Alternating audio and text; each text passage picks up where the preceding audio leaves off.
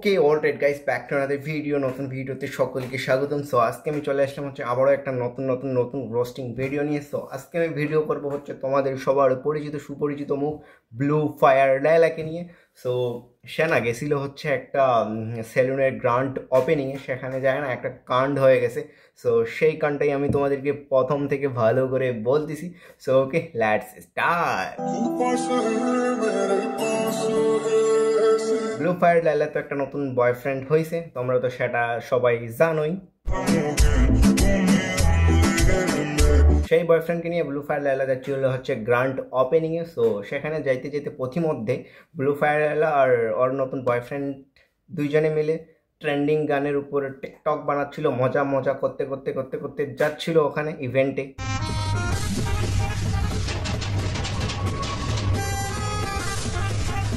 এগুলো হচ্ছে blue fire লায়লার ডাই হার্ড ফ্যান। এদের সকলের ইচ্ছা ব্লু ফায়ার লায়লা একদিনের জন্য হলেও তাদের গার্লফ্রেন্ড হোক। ফিতাকাটে হয়ে গেল বিডি ইমরানের সেলুনের গ্র্যান্ড ওপেনিং।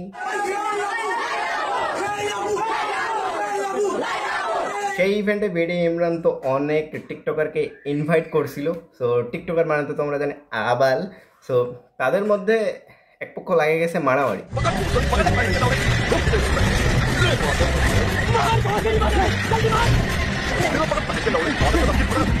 ভিডিওটা তখন ভাইরাল চলতেছে, তখন সবাই বলতেছে যে কি বলে ব্লু ফায়ার লায়লাকে নিয়ে নাকি তাদের মধ্যে সংঘর্ষ লাগছে।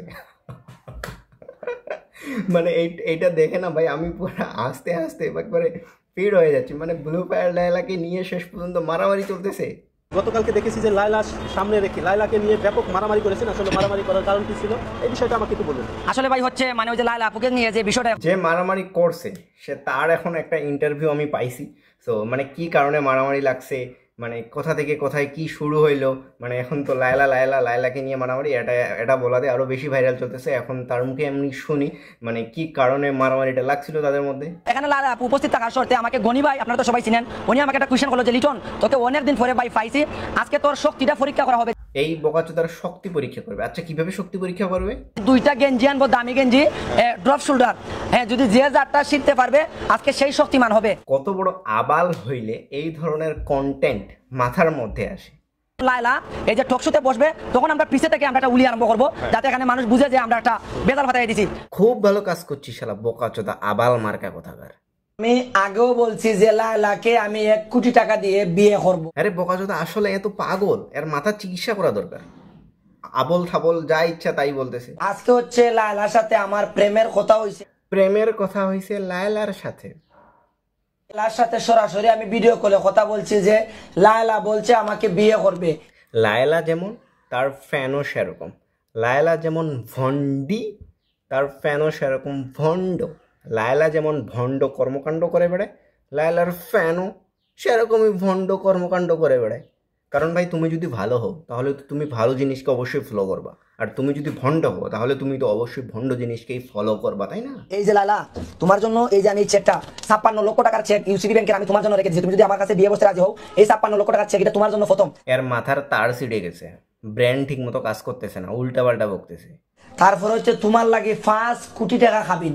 তুই 5 কোটি তো দূরে থাক, তুই 56 লাখ টাকাই তোর চোখে দেখিসনি। যখন বাংলাদেশের সেরা নুটকল আছে না, এটা সব তোমার লাগে। তুমি যে বিছনাত ঘুমাইবা এই বিছনা শুধু টেকা দিয়ে আমি বিচার রাখবো। তারাই বড় বড় কথা বলে যাদের সেই পর্যন্ত যাওয়ার অকাত নেই, যেমনটা তোর। তোমাকে আমি আইফোন 16 প্রো ম্যাক্স তোমার যতটা লাগবে আমি তোমাকে অতটা কিনে দিব। তবে লায়লা আজকে যে তুমি আমার সাথে কথা বলছো, তুমি আগামীকালকে সকালে নয়াপল্টনে আসবা, তোমাকে আমি 20 লক্ষ টাকা পুরস্কার দিব। এই আবালকে ঠিক করার একটা উপায় হচ্ছে এর পাছার মধ্যে ডিম ঢুকায়, মানে ডিম থেরাপি যেটাকে বলে সেটা দিতে হবে, তাহলে এর ব্রেন একটু ঠিক হবে আশা করা চায়।